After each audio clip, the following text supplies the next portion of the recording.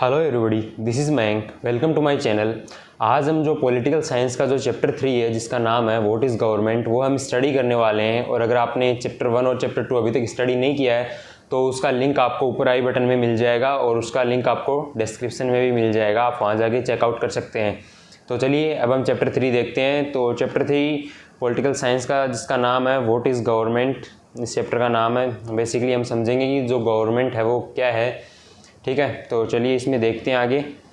अब हम इसमें पहले इसका देखेंगे, हम इसमें इंट्रोडक्शन देखेंगे बेसिकली कि हम इस चैप्टर में कौन कौन से टॉपिक्स जो हैं वो मेन जो सब टॉपिक्स हैं वो क्या क्या स्टडी करने वाले हैं वो हम देखेंगे। तो चलिए देखते हैं। अब इसमें टॉपिक्स टू डिस्कस, पहले इंट्रोडक्शन और उसके बाद में works performed by the government discuss करेंगे हम, और लेवल्स ऑफ गवर्नमेंट डिस्कस करेंगे, टाइप्स ऑफ गवर्नमेंट डिस्कस करेंगे और फिर डेमोक्रेटिक गवर्नमेंट डिस्कस करेंगे लास्ट में, ठीक है।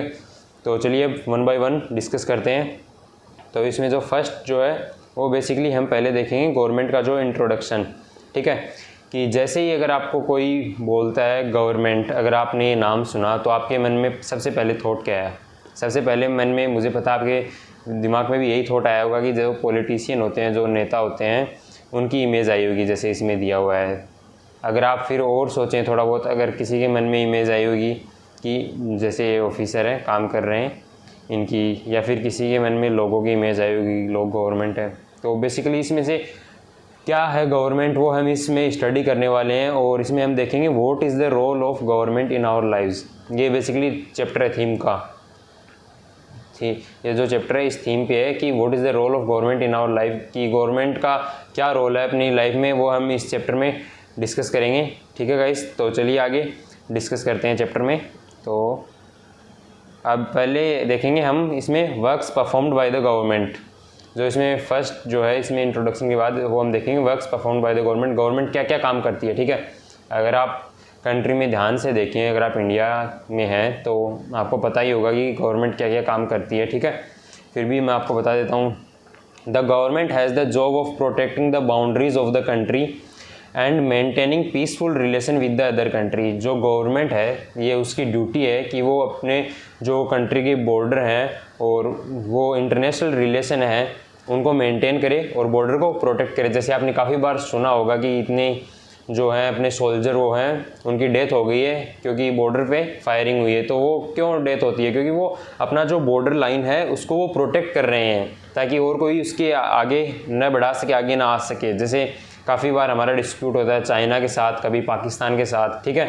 तो ऐसे जो है हम बॉर्डर को, जो गवर्नमेंट है वो बॉर्डर को प्रोटेक्ट करती है और जो इंटरनेशनल रिलेशंस मेंटेन करने होते हैं हर कंट्री के साथ कि अपना कैसा रिलेशन है। क्योंकि हमें काफ़ी चीज़ें जो हैं वो सारी हमारी कंट्री में, जैसे अपन काफ़ी चीज़ें इंपोर्ट करते हैं, ठीक है। जैसे तेल ले लो आप, ऑयल, जो पेट्रोल डीजल, इसमें से जो ऑयल आता है क्रूड ऑयल, वो हम इंपोर्ट करते हैं दूसरी कंट्री से क्योंकि वो अपनी कंट्री में इतना अवेलेबल नहीं है जितना हम कंज्यूम कर रहे हैं। तो उसके लिए अपने को जो है इंटरनेशनल रिलेशंस पे भी ध्यान देना पड़ता है गवर्नमेंट को, और वो गवर्नमेंट की ड्यूटी है उनको मेंटेन करना, ठीक है। अब ये इसमें हो गया, जैसे सोल्जर्स यहाँ पे इस इमेज में देख सकते हो आप, बॉर्डर को प्रोटेक्ट कर रहे हैं, ठीक है। और ये यहाँ पे जो है यहाँ भी ये बॉर्डर को प्रोटेक्ट कर रहे हैं, ठीक है। अब इसमें हम देखेंगे when there are natural disaster like tsunami और an earthquake, it is the government that mainly organizes aid and assistance for the affected people. जैसे कि अगर सुनामी आ जाती है, अर्थक्वेक आ जाता है, या फिर फ्लड्स आ जाते हैं, जैसे अभी रिसेंटली आसाम में जो फ्लड्स आए, तो उसमें कौन हेल्प करता है? जो लोग फंस जाते हैं उनके लिए हेलीकॉप्टर्स आते हैं, तो वो कौन हेल्प करता है? वो गवर्नमेंट हेल्प करती है सभी लोगों को। जो गवर्नमेंट है वो अपने हेलीकॉप्टर्स भेजती है और काफ़ी तरीके से लोगों की जो है वो लोगों को फूड प्रोवाइड करती है उस टाइम में, क्योंकि उनके घर जो है वो बाढ़ में बह जाते हैं। तो उनको वो जो ड्यूटी है वो गवर्नमेंट की ड्यूटी है कि वो उस टाइम पे अपने को प्रोवाइड करे। तो ये जो है ये गवर्नमेंट की ड्यूटी है, ठीक है। और गवर्नमेंट प्रोवाइड भी करती है। आपने अगर देखा होगा न्यूज़ में, अभी रिसेंटली आसाम में जो है वो फ्लड वगैरह आई थी, ठीक है। और इसमें देखें तो गवर्नमेंट का जो अनदर वर्क है वो dispute resolution and punishing criminals, ठीक है। और कोर्ट भी जो हैं वो गवर्नमेंट के पार्ट हैं, ठीक है। डिस्प्यूट रिजोल्यूशन, जैसे कोई डिस्प्यूट हो गया, कोई दंगा हो गया, उसको रिजोल्व करना, और जो क्रिमिनल्स हैं उनको पनिश करना, ये भी गवर्नमेंट की ड्यूटी है। ये बेसिकली कोर्ट के अंडर में आता है। जैसे अपने डिस्ट्रिक्ट कोर्ट हो गए, लोग हाई कोर्ट हो गए हर स्टेट के अंदर, ठीक है। आपके डिस्ट्रिक्ट के अंदर डिस्ट्रिक्ट कोर्ट होगा, फिर हाई कोर्ट, और फिर जो नेशनल लेवल पे है वो सुप्रीम कोर्ट, ठीक है। ऐसे अपने कोर्ट्स हैं, ये डिसाइड करते हैं कौन क्रिमिनल है या कौन नहीं है, ये भी गवर्नमेंट के ही पार्ट हैं, ठीक है। अगर हम इसमें आगे देखें तो चलिए, works perform by the government में और भी कुछ टॉपिक गिवन है, तो हम अब इसको देखते हैं। डे टू डे डिसीजन लेने होते हैं, ठीक है। Take action on social issue, ठीक है। जैसे social issue, day to day decision, daily decision तो लेने पड़ते हैं। जैसे लोकसभा में, राज्यसभा में काफ़ी बिल्स जो है वो पास होते हैं, ठीक है, वो डिसीजन लेते हैं, ठीक है। काफ़ी लोग मिलके तो एक गवर्नमेंट बनाते हैं, ठीक है। और टेक वो सोशल इशू पे, जैसे सोशल इशू जैसे कुछ भी ले लो, अपने को जैसे क्लीनिनेस बोलते हैं अपन, स्वच्छ भारत, ठीक है, वो सोशल इशू तो है, ठीक है। उस पर भी एक्शन लेना है, ठीक है। गवर्नमेंट ने जो स्वच्छता अभियान चलाया हुआ है, स्वच्छ भारत अभियान, ठीक है, उसमें जो है वो उनका सोशल इशू तो है, ठीक है। और इसमें उनको वो है child marriage programs to help poor, child marriage नहीं होने देना, ठीक है। वो भी गवर्नमेंट ने लॉ बना रखे हैं कि चाइल्ड मैरिज नहीं होगी। जैसे अगर किसी को पता चल जाता है पुलिस को, तो वो पुलिस आके तुरंत उसको रुकवा देती है, तो वो भी गवर्नमेंट का काम है, ठीक है। प्रोग्राम्स टू हेल्प पुअर, जैसे यहाँ इस इमेज में आप देख सकते हैं कि ये जो राशन शॉप है, यहाँ पे राशन मिल रहा है, ठीक है। तो ये हेल्प हो रही है पुअर पीपल की, जो बीपीएल वगैरह में आते हैं या फिर जो पुअर हैं उनको मिलता है, काफ़ी चीप रेट्स पे मिलता है। जैसे मार्केट में जो रेट है उससे काफ़ी चीप रेट्स पे मिलता है, ठीक है। अगर हम और देखें तो इधर और कंस्ट्रक्शन ऑफ रोड, जैसे रोड बनती है सारी गवर्नमेंट ही तो बनाती है, अपन लोग थोड़ा ना बनाते हैं। हाँ, अपन टैक्स देते हैं, ठीक है, पर रोड जो है वो गवर्नमेंट बनाती है, बनती है अपनी टैक्स से, जो कॉमन पीपल जो सभी लोग टैक्स देते हैं उसी से गवर्नमेंट के पास, वरना पैसा कहाँ से आएगा, ठीक है। और सप्लाई ऑफ इलेक्ट्रिसिटी, ये भी गवर्नमेंट करती है। प्राइस रेगुलेशन, जैसे अभी जो पेट्रोल और डीजल है उसके प्राइस हाइक पे हैं, पर वो गवर्नमेंट ने कंट्रोल कर रखे हैं। अभी पीछे कुछ दिनों पहले जो है वो पेट्रोल पंप्स ने हड़ताल भी की है इसी चीज़ के लिए कि गवर्नमेंट जो है वो सप्रेस कर रही है कि आप प्राइस इतनी फिक्स रखो, आपको प्राइस नहीं बढ़ानी है। तो वो प्राइस रेगुलेट करना भी गवर्नमेंट की ड्यूटी है, अदरवाइज़ प्राइस इन्फ्लेट कर जाती है, महंगाई बहुत बढ़ जाती है, ठीक है। वो कंट्रोल करना भी गवर्नमेंट की ड्यूटी है। इस इमेज में आप देख सकते हैं रोड बना रहे हैं, रोड रोलर है, ठीक है। अब हम आगे देखते हैं इसके अंदर, आगे इसमें और भी हैं works perform by the government के अंदर, ठीक है। अब इसमें हम देखेंगे हाउ गवर्नमेंट मैनेजर, ये यहाँ पे मैनेजर नहीं है, ये मैनेजेस होगा, आप इसको करेक्ट कर लेना अगर आप इसको नोट्स बनाते हैं तो। Manages to do all this and why it is necessary for them to do so, ठीक है। अपने को ये सोचना है how government manages to do all this, ये गवर्नमेंट कैसे मैनेज करती है, ठीक है। And why it is necessary, ये क्यों ज़रूरी है, ठीक है। तो need some organisation so that decisions can be made, ठीक है। गवर्नमेंट को काफ़ी ऑर्गेनाइजेशन है, ठीक है, उनकी हेल्प से डिसीजन लिए जाते हैं। जैसे कि ईडी जो है उससे, जैसे सीबीआई है, इनका सबका अलग अलग काम है, पुलिस का अलग काम है, ठीक है, कोर्ट्स का अलग काम है, सबको सब ऑर्गेनाइजेशन है उनके अंदर वर्क डिवाइड कर रखा है गवर्नमेंट ने, और वो अपना वर्क करते हैं, ठीक है। ऐसे ये सारी चीज़ें ऑर्गेनाइज होती हैं, ठीक है। Some rules have to be made and apply to everyone, कुछ रूल बनाने पड़ते हैं और वो सभी के ऊपर जो है वो लागू होते हैं, इम्प्लीमेंट किए जाते हैं, ठीक है। जो गवर्नमेंट जो रूल्स बनाती है वो कैसे बनाती है, on behalf of the people, वो पीपल्स के बिहाफ पे जो रूल्स बनाती है, assistance of the people and for the people government performs various duties, और पीपल के लिए गवर्नमेंट जो है वो वेरियस ड्यूटी परफॉर्म करती है, ठीक है। अब और इसमें हम आगे देखते हैं, चलिए। जैसे अपन अब लेवल्स ऑफ गवर्नमेंट देखते हैं इसके अंदर, ठीक है। लेवल्स ऑफ गवर्नमेंट के अंदर गवर्नमेंट जो है वो 3 लेवल्स में डिवाइड होती है basically, national level, state level and local level. जैसे आप इस मैप में देख सकते हैं, ठीक है, ये जो पूरा इंडिया का मैप है इसमें पूरे में एक नेशनल लेवल होता है। फिर जैसे इसके अंदर राजस्थान हो गया, ऐसे स्टेट लेवल पे गवर्नमेंट आ जाती है, महाराष्ट्र हो गया, जैसे स्टेट लेवल पे ये गवर्नमेंट आ जाती है। और ये जो इधर मैप है इसमें जो आपको बहुत छोटे छोटे दिख रहे हैं, ये लोकल लेवल पे जो गवर्नमेंट है, डिस्ट्रिक्ट लेवल पे उसका मैप है, ठीक है। अगर आपको ये इस तो शायद जूम होने पे भी दिखेगा नहीं अच्छे से, आप इसको गूगल से देख लेना अच्छे से, ठीक है। ऐसे 3 लेवल्स में गवर्नमेंट डिवाइड की हुई है। और अब इसमें हम आगे और देखते हैं गवर्नमेंट के बारे में, ठीक है। अब इसमें हम देखेंगे लेवल ऑफ गवर्नमेंट में इंडिया जो है वो बहुत बड़ी कंट्री है, वास्ट कंट्री है, मतलब बहुत बड़ी लंबी चौड़ी कंट्री है। इसके लिए रूल्स एंड रेगुलेशन चाहिए चलाने के लिए, ठीक है। How government manages to all this, government works at different levels, government 3 level पे काम करती है, जैसे मैंने अभी आपको बताया, आप इस ट्रायंगल में भी, पिरामिड में भी देख सकते हैं, जैसे national level, state level, local level, ठीक है। ये 3 लेवल्स हैं जिन पे गवर्नमेंट वर्क करती है, ठीक है। अब इसमें the local level means in our village, town और लोकेलिटी, ये और की स्पेलिंग रॉन्ग है यहाँ पे, जो है इसको काट देना और लिख लेना, आप सही नोट्स में करेक्ट कर लेना। Locality, the state level, state लिखा हुआ है, ये काफ़ी गलत हो गया इसके अंदर, स्टेट लेवल होगा यहाँ पे, would mean that which covers and entire state, ये भी यहाँ मिस्टेक है, काफ़ी मिस्टेक है नोट्स में, एंटायर स्टेट लाइक हरियाणा और Assam, and the national level relates to entire country, ठीक है। लोकल लेवल मीन्स जिस विलेज में आप रहते हैं, जिस टाउन में, जिस एरिया में आप रहते हैं, वो लोकल लेवल हो गई, ठीक है। और जो स्टेट लेवल है, कौन से स्टेट में आप रहते हैं, वो स्टेट लेवल हो गई, और कौन सी कंट्री में आप रहते हैं, वो नेशनल लेवल। ऐसे 3 लेवल्स में डिवाइडेड है। अब इसमें हम आगे और भी देखते हैं, ठीक है। जैसे लेवल्स ऑफ गवर्नमेंट में आगे, गवर्नमेंट में एक लॉज, ठीक है, गवर्नमेंट जो है वो लॉज बनाती है, क्या बनाती है, गवर्नमेंट लॉज बनाती है, और वो अपने को फॉलो करने पड़ते हैं, ठीक है। फॉलो क्यों करने पड़ते हैं, क्योंकि वो बनाती फॉलो करने के लिए भाई, अदरवाइज गवर्नमेंट रूल किस लिए बनाएगी, रूल नहीं, लॉज किस लिए बनाएगी, अगर आपको फॉलो ही नहीं करना है, अगर कोई फॉलो नहीं करेगा तो गवर्नमेंट क्यों रूल बनाएगी, ठीक है। लोग फॉलो नहीं करते हैं, पर उसके लिए भी आगे मैं बताऊंगा आपको। Just like the government has power to make decision, similarly it has power to enforce its decision, जैसे गवर्नमेंट के पास पावर है डिसीजन लेने की, ठीक है, और तो गवर्नमेंट के पास ये पावर भी है कि वो उनको ज़बरदस्त, अगर कोई नहीं मान रहा है तो भी वो उनको लागू करे, प्रॉपरली इम्प्लीमेंट करवाए, ठीक है। लॉ बनाना कोई बड़ी बात नहीं है, पर उसको इम्प्लीमेंट करना, किस हिसाब से इम्प्लीमेंट किया जाएगा, वो एक चैलेंज रहता है गवर्नमेंट के लिए, ठीक है। जैसे काफ़ी लॉज ब्रेक होते हैं, काफ़ी लॉ नए बनते हैं, जैसे 370 जो आर्टिकल है वो कश्मीर का, वो ब्रेक हुआ था, तो उसमें काफ़ी गवर्नमेंट को जो है मशक्क़त करनी पड़ी थी उसको इम्प्लीमेंट करने के लिए, नया लॉ, ठीक है। तो उसको अगर लोग आसानी से मान जाते हैं तो ठीक है, वरना इन्फोर्स करना पड़ता है, मतलब ज़बरदस्ती लागू करना पड़ता है। अगर कोई डिसीजन गुड है, अच्छा है, तो उसको लागू करना पड़ता है। तो गवर्नमेंट के पास जो है वो डिसीजन मेकिंग पावर नहीं है, बल्कि उनको लागू करने की जो पावर है वो भी गवर्नमेंट के पास है, ठीक है। अब हम एग्जाम्पल देखते हैं इसका एक, जैसे एग्जाम्पल में मैं आपको बताऊँगी, जैसे government power to make decision is not much of use if lacks power to enforce laws, ये यहाँ लेग्स नहीं होगा, लेक्स, LACKS, लेक्स होगा, यहाँ करेक्ट कर लेना, ठीक है।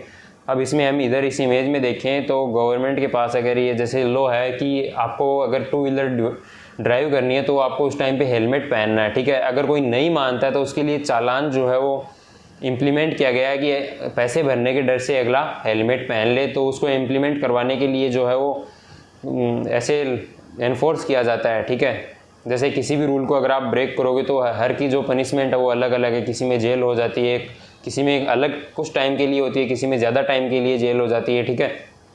तो वो सब लॉज ब्रेक करने के लिए अलग अलग हैं, तो गवर्नमेंट जो है वो एनफोर्स करती है, और इसको प्रॉपरली मेंटेन करने के लिए जैसे ट्रैफिक पुलिस होती है वो अच्छे से देखती है इसको, ठीक है, कि कौन हेलमेट पहन रहा है, कौन नहीं पहन रहा है, और वो चालान काटते हैं, ठीक है, जैसा इस इमेज में आप देख सकते हैं, ठीक है।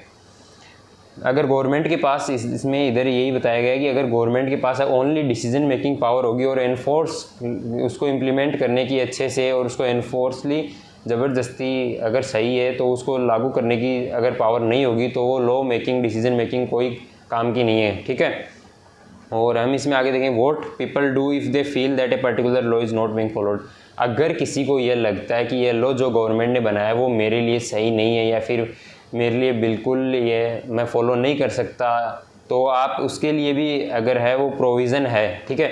उसके लिए क्या प्रोविज़न है, ही और सी में अप्रोच, ये मेन नहीं होगा यहाँ पे, इसको ये मे होगा, MAY, may approach the court and claim that the law is not being followed, ठीक है। उसको जो है वो कोर्ट में जो है वो जाना पड़ेगा और कोर्ट में बताना पड़ेगा कि उसके लिए ये लॉ कैसे ठीक नहीं है, और ये उसके लिए या फिर सभी के लिए कैसे ठीक नहीं, इसके क्या नेगेटिव्स हैं, क्या पॉजिटिव्स हैं, और इसको फॉलो होना चाहिए या नहीं होना चाहिए। फिर वो चीज़ जो है वो कोर्ट पे डिपेंड है कि वो कोर्ट क्या डिसीजन देता है। अगर कोर्ट ये डिसीजन देता है कि ये लॉ जो है वो लागू नहीं होना चाहिए, इंप्लीमेंट नहीं किया जाना चाहिए, लागू नहीं किया जाना चाहिए, तो वो नहीं लागू होगा, ठीक है। आपके पास ये प्रोविज़न रहता है कि आप कोर्ट में जाएँ उस चीज़ को, और आप उसको हटवा भी सकते हैं। जैसे कोई लॉ सही नहीं है, उसको कोर्ट ने अगर ऑर्डर जारी कर दिया, ठीक है, तो वो हट जाएगा, ठीक है, वो इम्प्लीमेंट नहीं होगा। अगर गवर्नमेंट ने बना दिया तो इम्प्लीमेंट नहीं कर पाएगी, ठीक है। ये ऐसे प्रोविजंस हैं। अब अगर हम इसमें आगे देखें तो टाइप्स ऑफ गवर्नमेंट देखते हैं हम, ठीक है। टाइप्स ऑफ गवर्नमेंट में कितने टाइप्स की गवर्नमेंट होती है, अपने यहाँ कौन सी टाइप की गवर्नमेंट है। जैसे इंडिया में है वो डेमोक्रेसी है, ठीक है। डेमोक्रेसी मतलब लोगों के द्वारा चुनी गई गवर्नमेंट, ठीक है। बेसिकली डेमोक्रेसी का मतलब होता है कि जिसमें जो गवर्नमेंट जो है वो लोग चुनते हैं, वो गवर्नमेंट डेमोक्रेसी होती है। फॉर द पीपल जो गवर्नमेंट होती है, और जिसमें इलेक्शन होते हैं और पीपल अपनी मर्ज़ी से इलेक्ट करते हैं वोट देके, वो गवर्नमेंट डेमोक्रेसी से फॉर्म होती है। और मोनार्की, ठीक है, पहली हो गई डेमोक्रेसी जो इंडिया में है। मोनार्की जो गवर्नमेंट है वो है, जैसे इसमें भी मोनार्की में भी दो टाइप्स होते हैं अगर मैं आपको बताऊं तो, कॉन्स्टिट्यूशनल मोनार्की और एब्सोल्यूट मोनार्की। कॉन्स्टिट्यूशनल मोनार्की में ज़्यादा पावर नहीं रहती है, जैसे यूके की क्वीन है, ठीक है। वहाँ कॉन्स्टिट्यूशनल मोनार्की, तो उसको वो जो ट्रेडिशन है वो मेंटेन करने के लिए कि मतलब पीढ़ी दर पीढ़ी जो राजा बनते हैं, जैसे राजा है उसका बेटा ही फिर राजा बनेगा, इसको बोलते हैं मोनार्की। की किंग का जो सन है वही फिर क्वीन बनेगा उसकी डेथ के बाद, इसको बोलते हैं मोनार्की, ठीक है। और ये मोनार्की में जो है वो काफ़ी जगह कॉन्स्टिट्यूशन लागू है, तो वहाँ किंग की जो है वो इतनी पावर नहीं है, ठीक है। किंग के पास इतनी पावर नहीं है, वो बस नाम के लिए किंग है, ठीक है। जैसे मैंने आपको अभी एग्जांपल दिया, यूके में कॉन्स्टिट्यूशनल मोनार्की है, ठीक है। और जहाँ यूएई है यहाँ वो है एब्सोल्यूट मोनार्की, यहाँ जो किंग है उसके पास पूरी पावर है, ठीक है। यहाँ भी ऐसा ही सिस्टम है कि किंग का बेटा ही किंग बनेगा या फिर बेटी क्वीन बनेगी, ठीक है, जो भी है ऐसा है। और डिक्टेटरशिप जो होता है कि मतलब कोई बाहर से आता है या फिर कहीं से भी आर्मी से या फिर ज़बरदस्ती कब्जा कर लेता है, उसको बोलते हैं, ठीक है। जैसे हिटलर ने जर्मनी में रूल किया था ना, ठीक है, उसको बोलते हैं डिक्टेटरशिप। जैसे चाइना में भी डिक्टेटरशिप चल रही है, ठीक है, चाइना में भी डिक्टेटरशिप चल रही है। और जो हिटलर ने जो जर्मनी में रूल किया था उसको बोलते हैं डिक्टेटरशिप। ये हिटलर की फ़ोटो है, ठीक है। ऐसे 3 टाइप्स की गवर्नमेंट होती है। अपने यहाँ डेमोक्रेसी है, ठीक है। Who gives the government to power to make decision and enforce laws. अब आप ये सोच रहे होंगे कि गवर्नमेंट को ये पावर किसने दी, डिसीजन मेकिंग की और एनफोर्स लॉज को लागू करने की, कानून बनाती है उनको कानून बनाने की और उसको लागू करने की पावर जो है वो गवर्नमेंट की किसने दी। तो हम अब इसमें आगे देखते हैं कि ये पावर किसने दी, ठीक है।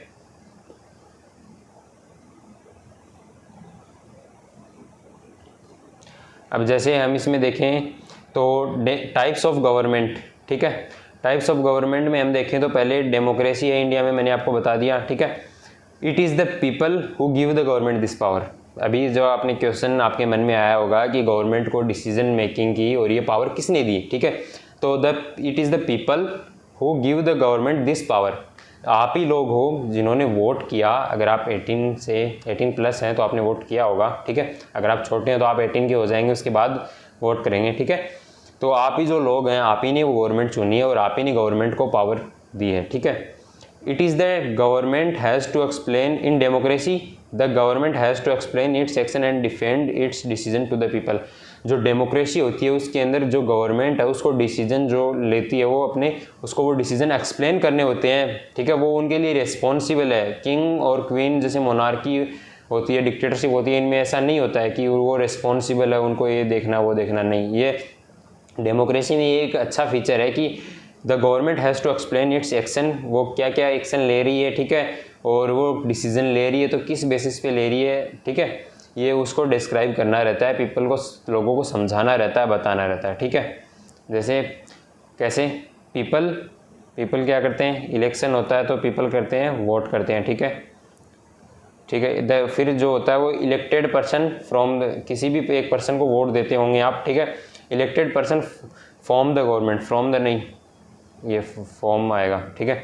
फॉर्म द गवर्नमेंट, जो जिस पर्सन को आप इलेक्ट करते हैं, जिसके ज़्यादा वोट आते हैं वो गवर्नमेंट फॉर्म कर लेते हैं। जैसे अपन इलेक्शंस होते हैं सरपंच के, काफ़ी इलेक्शंस होते हैं अगर आपको पता होगा तो, ठीक है। तो हम वो पीपल को इलेक्ट करते हैं और वो गवर्नमेंट बनाते हैं, ठीक है। और फिर वो जो पीपल अपन इलेक्ट करते हैं वो लॉज बनाते हैं, किसके लिए, हम उनको चुनते हैं तो वो हमारे लिए लॉज बनाते हैं, ठीक है। Make laws on the behalf of the people, वो पीपल जो उनको चुनते हैं उनके बिहाफ पे लॉज बनाते हैं, ठीक है। अब मोनार्की देखते हैं। मोनार्की में द मोनार्क किंग और queen has the power to make decision and run the government, ठीक है। मोनार्क जो किंग या फिर क्वीन है उसके पास पावर रहती है to make decision and run the government, government को रन करने की पावर रहती है, ठीक है, और डिसीजन मेकिंग पावर पूरी मोनार्क, किंग और क्वीन जो होता है उसके पास रहती है। Unlike democracy, king and queen do not have to explain their actions और defend the decision they take. Democracy की तरह उनको कोई भी डिसीजन लिया उसको एक्सप्लेन नहीं करना रहता है। जैसे डेमोक्रेसी में डिसीजन जो लेते हैं उसको एक्सप्लेन करना रहता है, वैसा नहीं होता है मोनार्की में। मोनार्की में उनको कुछ भी, कोई भी डिसीजन लो वो उनको एक्सप्लेन नहीं करना है, ठीक है। अगर हम देखें तो इसमें ये गलती से पेन चल गया इधर, ये नोट्स अगर आपने लिखने हैं तो आप स्क्रीनशॉट लेके इसको स्क्रीनशॉट ले सकते हैं, वीडियो को पॉज करके, अगर आपको ये नोट्स लिखने हैं तो, ठीक है। अब हम इसमें आगे देखते हैं, जैसे डेमोक्रेटिक गवर्नमेंट, ठीक है। डेमोक्रेटिक गवर्नमेंट के इंडिया है, इंडिया में क्या है, डेमोक्रेसी है, ठीक है। डेमोक्रेसी कैसे मिली, डेमोक्रेसी अपने को, अपने डेमोक्रेसी में जो अपने पहले गांधी जी का नाम सुना होगा, सुभाष चंद्र बोस, ये जितने भी सभी लोग हैं, इन्होंने डेमोक्रेसी के लिए काफ़ी स्ट्रगल किया है इंडिया ने, ठीक है। और फिर इंडिया को इंडिपेंडेंस मिली। इंडिया को कब इंडिपेंडेंस मिली, ठीक है, और इंडिपेंडेंस डे कब आता है ये आप मुझे कमेंट करके ज़रूर बताना, ठीक है। ये क्वेश्चन आपके लिए आज के लेक्चर का, ठीक है। अब हम इसमें देखते हैं कि इंडिया है वो डेमोक्रेसी है इंडिया के अंदर, ठीक है। वो कब मिली, लॉन्ग स्ट्रगल, जो अपने पहले एंशिएंट पीपल हैं उन्होंने काफ़ी स्ट्रगल किया था डेमोक्रेसी के लिए, ठीक है। अब देखते हैं, the basic idea is that people rule themselves by participating in making of these rules.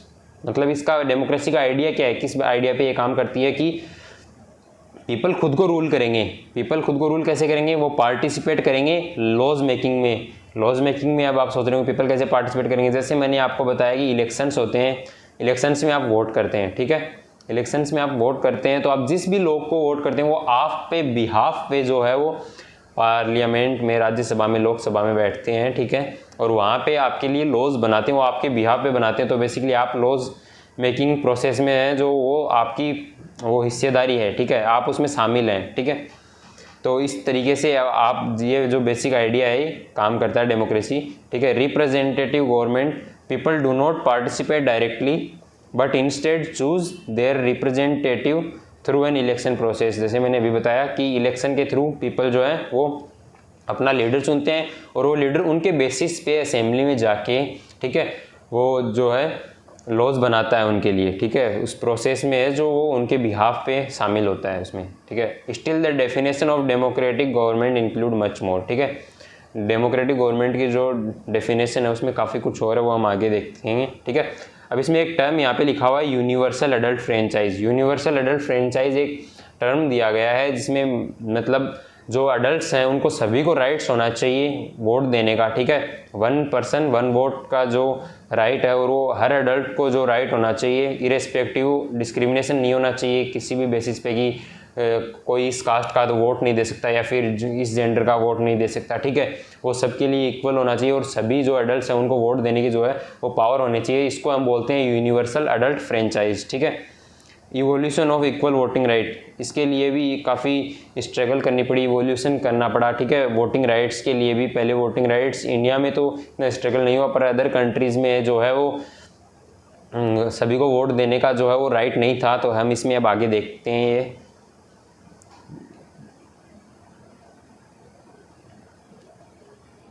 तो इसमें डेमोक्रेटिक गवर्नमेंट में यूनिवर्सल एडल्ट फ्रेंचाइज के लिए किस किसने स्ट्रगल किया। स्ट्रगल ऑफ वुमेन, वुमेन्स ने पहले जो है वो वुमेन्स को राइट नहीं थे, ठीक है, वोट देने के। और नॉन प्रॉपर्टीड मैन, इसका मतलब जो पहली कंडीशन थी जो मैन होना चाहिए, ठीक है, फीमेल वोट नहीं दे सकती। और दूसरी चीज़ उसके पास प्रॉपर्टी होना चाहिए, पैसा होना चाहिए, वही पीपल वोट दे पाएंगे। तो ऐसे लोग काफ़ी कम थे, ठीक है। तो वही लोग बेसिकली गवर्नमेंट फॉर्म करते थे और वही लोग रन करते थे। तो बेसिकली पुअर जो था उसका कोई रोल नहीं था, वुमेन्स का कोई रोल नहीं था, वोटिंग राइट्स नहीं थे, ठीक है, उसके लिए स्ट्रगल करना पड़ा। अब हम इन इंडिया देखते हैं, before independence only a minority was allowed to vote and they therefore came together to determine the fate of the majority, ठीक है। इंडिपेंडेंस से पहले, इंडिपेंडेंस के बाद तो इंडिया में सबके पास राइट हैं, ठीक है। अभी भी आप देख सकते हैं कि जो 18+ हैं वो सभी irrespective of gender, irrespective of caste के बेसिस पे वो है जो वोट कर सकते हैं, चाहे उनकी कोई भी कास्ट हो, कोई भी जेंडर हो, ठीक है, उसके बेसिस पे वो वोट कर सकते हैं। और पहले जो इंडिपेंडेंस से पहले था वो इंडिया में भी ऐसा नहीं था, ठीक है। Several people including Gandhiji were shocked at the unfairness of this practice and demanded that all adults have the right to vote.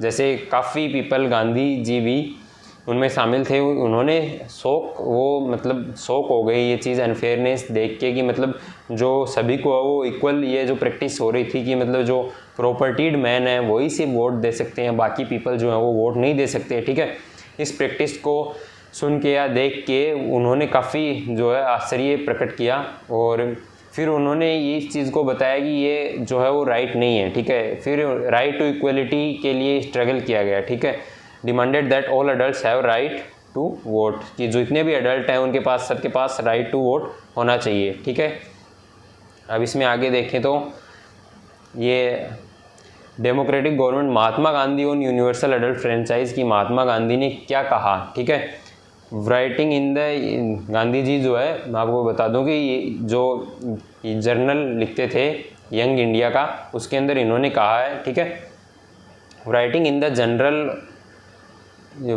Journal young India in 1931 Gandhi ji said I can not possibly bear the idea that a man who has got wealth should have the vote, कि जिसके पास पैसा है, money है, वो vote कर सकता है। ठीक है, और but A man who has got character, जिसके पास कैरेक्टर है गाइस, जिसके पास पैसा है वो वोट कर सकता है, पर जिस व्यक्ति के पास पैसा नहीं है बट कैरेक्टर है, ठीक है, वो वोट नहीं कर सकता। नो वेल्थ और literacy should have no vote, और जो इलिटरेट है वो वोट नहीं कर सकता। ठीक है, ऐसा कुछ गांधी जी ने उसमें लिखा कि ये जो आइडिया है वो बियर नहीं कर पा रहे हैं। ठीक है, कि जो पीपल है उनके पास वेल्थ है वो वोट कर पा रहे हैं, और जिनके पास इलिटरेट हैं पर कैरेक्टर है और जो पैसे नहीं हैं, ठीक है, no vote. That a man who works honestly by sweat of his brow day in day out should not have the vote for